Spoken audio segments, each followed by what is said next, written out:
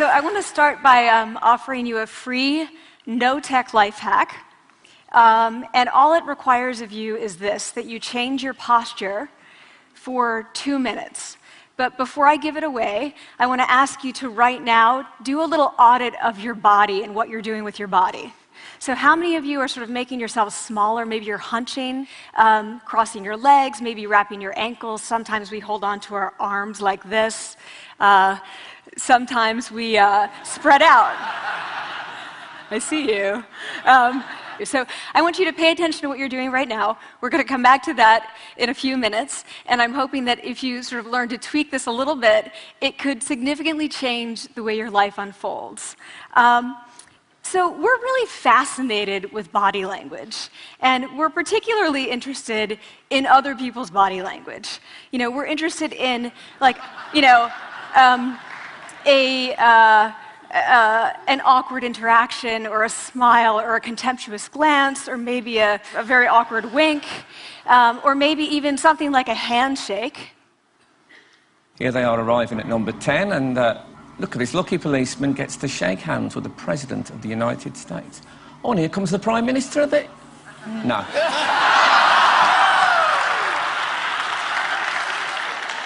So a handshake, or the lack of a handshake, can have us talking for weeks and weeks and weeks, even the BBC and the New York Times.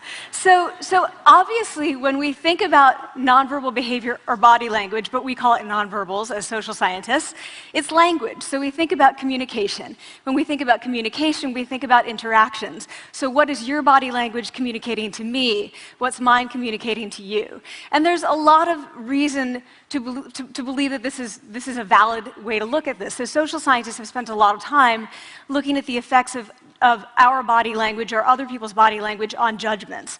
And we make sweeping judgments and inferences from body language. And those judgments can predict really meaningful life outcomes, like who we hire or promote, who we ask out on a date. For example, Nalini Ambady, a researcher at Tufts University, shows that when people watch 30-second soundless clips of real physician-patient interactions, their judgments of the physician's niceness predict whether or not that physician will be sued. So it doesn't have to do so much with whether or not that physician was incompetent, but do we like that person and how they interacted?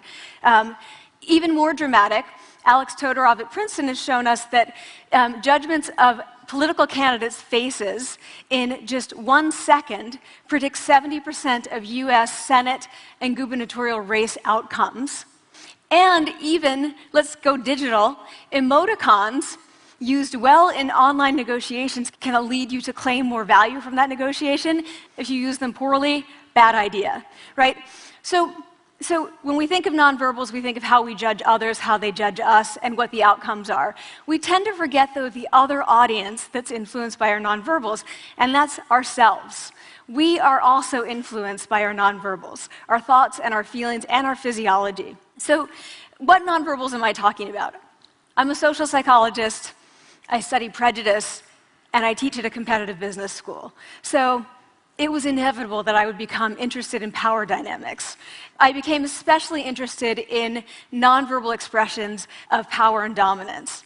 And what are nonverbal expressions of power and dominance? Well, this is what they are. So in the animal kingdom, they are about expanding. So you make yourself big, you stretch out, you take up space, you're basically opening up. It's about opening up. And this is true across the animal kingdom. It's not just limited to primates, and humans do the same thing. So they do this both when they have power sort of chronically, and also when they're feeling powerful in the moment. And this one is especially interesting because it really shows us how universal and old these expressions of power are. This expression, which is known as pride, Jessica Tracy has studied, she shows that people who are born with sight and people who are congenitally blind do this when they win at a physical competition. So when they cross the finish line and they've won, it doesn't matter if they've never seen anyone do it, they do this. So the arms up in the V, the chin is slightly lifted. What do we do when we feel powerless? We do exactly the opposite. We close up, we wrap ourselves up, we make ourselves small. We don't want to bump into the person next to us. So again, both animals and humans do the same thing. And this is what happens when you put together high and low power. So what we tend to do when it comes to power is that we complement the other's nonverbals. So if someone's being really powerful with us, we tend to make ourselves smaller. We don't mirror them, we do the opposite of them. So I'm watching this behavior in the classroom, and what do I notice? I notice that MBA students really exhibit the full range of power nonverbals. So you have people who are like caricatures of alphas, like really coming into the room. They get right into the middle of the room before class even starts, like they really want to occupy space. When they sit down, they're sort of spread out. They raise their hands like this. You have other people who are virtually collapsing when they come in. As soon as they come in, you see it. You see it on their faces and their bodies, and they sit in their chair and they make themselves tiny, and they go like this when they raise their hand. I noticed a couple things about this. One, you're not going to be surprised, it seems to be related to gender. So women are much more likely to do this kind of thing than men. Women feel chronically less powerful than men, so this is not surprising. But the other thing I noticed is that it also seemed to be related to the extent to which the students were participating and how well they were participating. And this is really important in the MBA classroom because participation counts for half the grade. So business schools have been struggling with this gender grade gap. You get these equally qualified women and men coming in, and then you get these differences in grades, and it seems to be partly attributable to participation. So I started to wonder, okay, so you have these people coming in like this, and they're participating. Is it possible that we could get people to fake it, and would it lead them to participate more? So my main collaborator, Dana Carney, who's at Berkeley, and I really wanted to know, can you fake it till you make it? Like, can you do this just for a little while and actually experience a behavioral outcome that makes you seem more powerful? So we know that our nonverbals govern how other people think and feel about us. There's a lot of evidence, but our question really was, do our nonverbals govern how we think and feel about ourselves? There's some evidence that they do. So, for example, when we smile when we feel happy, but also when we're forced to smile by holding a pen in our teeth like this, it makes us feel happy. So it goes both ways. When it comes to power, it also goes both ways. So when you feel powerful, you're more likely to do this, but it's also possible that when you pretend to be powerful, you are more likely to actually feel powerful. So the second question really was, so we know that our minds change our bodies. Is it also true that our bodies change our minds? And when I say minds, in the case of the powerful, what am I talking about? So I'm talking about thoughts and feelings and the sort of physiological things that make up our thoughts and feelings. And in my case, that's hormones. I look at hormones. So what do the minds of the powerful versus the powerless look like?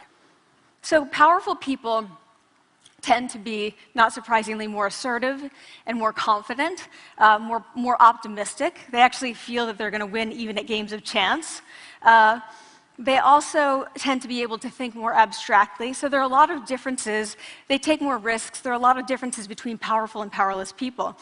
Physiologically, there also are differences on two key hormones, testosterone, which is the dominance hormone, and cortisol, which is the stress hormone.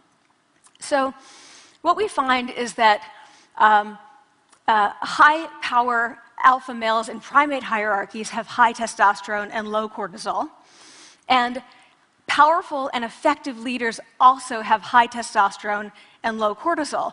So what does that mean? When you think about power, people tended to think only about testosterone because that was about dominance. But really, power is also about how you react to stress. So do you want the high-power leader that's dominant, high on testosterone, but really stress reactive? Probably not, right? You want the person who's powerful and assertive and dominant, but not very stress reactive, the person who's laid back. So we know that in primate hierarchies, if an alpha needs to take over, if an individual needs to take over an alpha role sort of suddenly, within a few days, that individual's testosterone has gone up significantly and his cortisol has dropped significantly. So we have this evidence, both that the body can shape the mind, at least at the facial level, and also that role changes can shape the mind. So what happens, okay, you take a role change, what happens if you do that at a really minimal level, like this tiny manipulation, this tiny intervention? For 2 minutes you say, I want you to stand like this, and it's going to make you feel more powerful. So this is what we did. We decided to bring people into the lab and run a little experiment. And these people adopted for 2 minutes either high power poses or low power poses. And I'm just going to show you 5 of the poses, although they took on only 2. So here's one, a couple more. This one has been dubbed the Wonder Woman by the media. Here are a couple more. So you can be standing or you can be sitting. And here are the low power poses. So you're folding up, you're making yourself small. This one is very low power. When you're touching your neck, you're really kind of protecting yourself. So this is what happens. They come in, they spit into a vial. We, for 2 minutes, say, you need to do this or this. They don't look at pictures of the poses. We don't want to prime them with the concept of power. We want them to be feeling power, right? So 2 minutes they do this. We then ask them, how powerful do you feel on a series of items? And then we give them an opportunity to gamble. And then we take another saliva sample. That's it. That's the whole experiment. So this is what we find. Risk tolerance, which is the gambling. What we find is that when you're in the high power pose condition, 86% of you will gamble. When you're in the low power pose condition, only 60%. And that's a pretty whopping significant difference. Here's what we find on testosterone. From their baseline when they come in, high power people experience about a 20% increase, and low power people experience about a 10% decrease. So again, 2 minutes and you get these changes. Here's what you get on cortisol. High power people experience about a 25% decrease, and the low power people experience about a 15% increase. So 2 minutes lead to these hormonal changes that configure your brain to basically be either assertive, confident, and comfortable, or really stress reactive, and feeling sort of shut down. And we've all had that feeling, right? So it seems that our nonverbals do govern how we think and feel about ourselves. So it's not just others, but it's also ourselves. Also, our bodies change our minds. But the next question, of course, is, can power posing for a few minutes really change your life in meaningful ways? So this is in the lab, it's this little task, it's just a couple of minutes. Where can you actually apply this, which we cared about, of course. And so we think it's really what matters, where you want to use this is evaluative situations, like social threat situations. Where are you being evaluated? Either by your friends, like for teenagers, it's at the lunchroom table. It could be, for some people, it's speaking at a school board meeting. It might be giving a pitch, or giving a talk like this, or doing a job interview. We decided that the one that most people could relate to, because most people had been through, was the job interview. So we published these findings, and the media are all over it, and they say, okay, so this is what you do when you go in for the job interview, right? So we were, of course, horrified and said, oh my God, no, that's not what we meant at all, for numerous reasons. No, don't do that. Again, this is not about you talking to other people, it's you talking to yourself. What do you do before you go into a job interview? You do this. Right? You're sitting down, you're looking at your iPhone or your Android, not trying to leave anyone out. You're looking at your notes, you're hunching up, making yourself small, when really what you should be doing maybe is this, like in the bathroom, right? Do that, find 2 minutes. So that's what we want to test, okay? So we bring people into a lab, and they do either high or low power poses again. They go through a very stressful job interview. It's 5 minutes long. They are being recorded, they're being judged also, and the judges are trained to give no nonverbal feedback. So they look like this. Like, imagine this is the person interviewing you. So for 5 minutes, nothing. And this is worse than being heckled. People hate this. It's what Marianne LaFrance calls standing in social quicksand. So this really spikes your cortisol. So this is the job interview we put them through, because we really wanted to see what happened.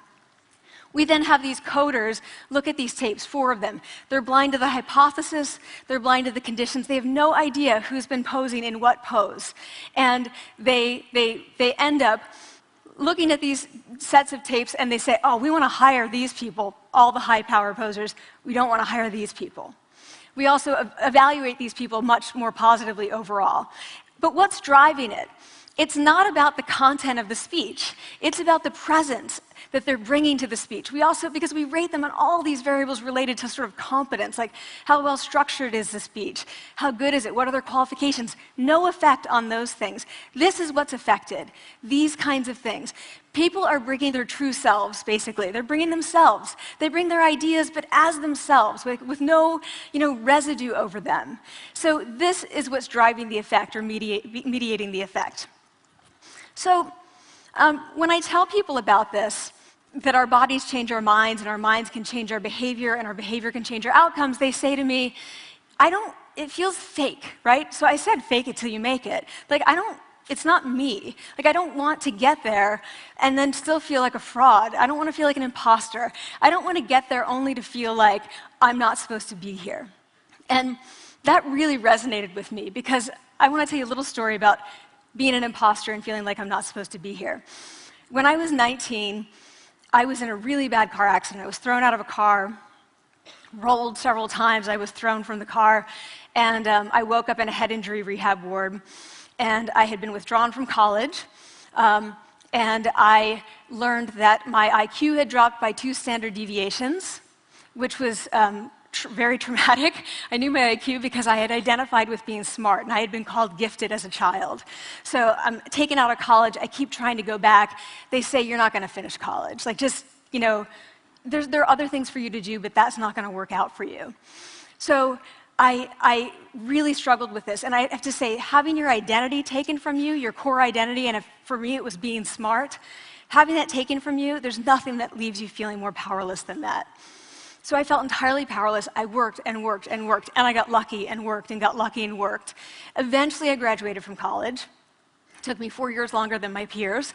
And I convinced someone, my angel advisor, Susan Fisk, to take me on. And so I ended up at Princeton, and I was like, I am not supposed to be here. I am an imposter.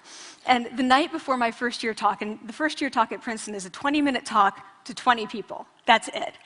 I was so afraid of being found out the next day that I called her and said, I'm quitting. She was like, you are not quitting, because I took a gamble on you and you're staying. You're going to stay, and this is what you're going to do. You're going to fake it. You're going to do every talk that you ever get asked to do. You're just going to do it and do it and do it, even if you're terrified and just paralyzed and having an out-of-body experience, until you have this moment where you say, oh my gosh, I'm doing it. Like, I have become this. I am actually doing this. So that's what I did. 5 years in grad school. A few years, I'm at Northwestern. I moved to Harvard. I'm at Harvard. I'm not really thinking about it anymore, but for a long time I had been thinking, not supposed to be here, not supposed to be here. So at the end of my first year at Harvard, a student who had not talked in class the entire semester, who I had said, look, you got to participate or else you're going to fail, came into my office. I really didn't know her at all. And she came in totally defeated, and she said, I'm not supposed to be here.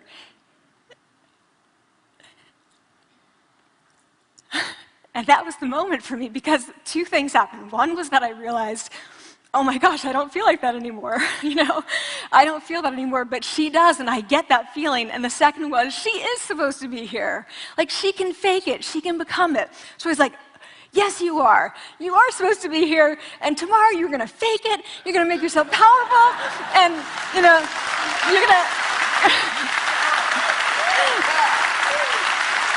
and you're going to go into the classroom, and you are going to give the best comment ever, And she gave the best comment ever. And people turned around, they were like, oh my God, I didn't even notice her sitting there, She comes back to me months later, and I realized that she had not just faked it till she made it, she had actually faked it till she became it.